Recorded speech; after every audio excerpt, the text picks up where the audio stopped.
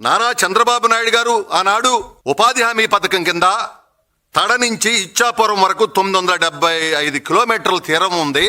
చెరువులుండే, కాలువ కట్టులుండే, వీటన్నిటి మీద కూడా తాటి ఈత వనాలు పెంచినట్టయితే భవిష్యత్తులో ఒక పరిశ్రమ, అంతేకాకుండా ఆ తాటి ఈత వనాలు వరదలు వచ్చినప్పుడు కానివ్వండి, లేకపోతే తుఫాన్లు వచ్చినప్పుడు కానివ్వండి, గ్రామాలను కాపాడతాయి.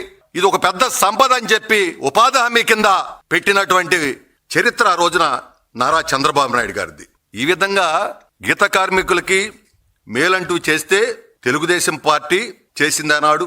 ఈనాడు కూటమి ప్రభుత్వం కూడా దాన్ని కొనసాగిస్తూ ముందుకు తీసుకెళ్తున్నటువంటి పరిస్థితిని ఇవాళ మనం చూస్తా ఉన్నాం. ఎప్పుడైనా సరే గీత కార్మికులకి రాజకీయంగా కానివ్వండి, ఆర్థికంగా కానివ్వండి, విద్యాపరంగా కానివ్వండి ముందుకు తీసుకెళ్లినటువంటి గీతన్నలకు పెద్దన్న చంద్రన్న.